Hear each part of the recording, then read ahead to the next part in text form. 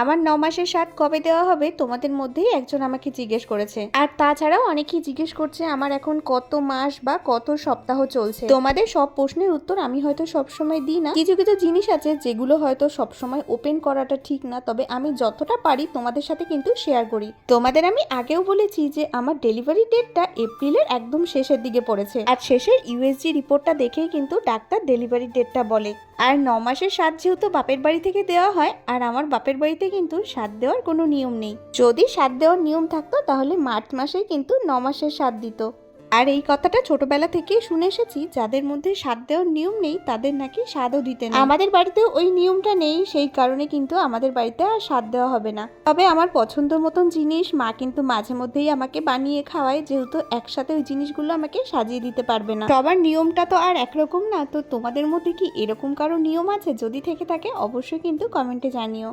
এবছর তো আর দোল খেলা হয়নি, তবে এই যে বোনরা যে রং খেলছে সেটাই একটু দেখছিলাম। ছোটবেলায় এই দিনগুলো যে কত পার করেছি, তবে আস্তে আস্তে দিনগুলো কিন্তু সব হারিয়ে গেছে। সময়ের সাথে সাথে এখন আর রং খেলতে তেমন ভাবে কাউকে দেখা যায় না। অন্যান্যবার বাড়িতে হোলিতে কিন্তু মাংস রান্না হয়, তবে এবার যেহেতু গ্রহণ লেগেছে তাই সবকিছু নিরামিষই রান্না হয়েছে। আর এই যে দেখতে পাচ্ছ হ্যান্ডলুমের এই শাড়িগুলো দু একবার পরলে এগুলো যেন আর ভালোই লাগে না।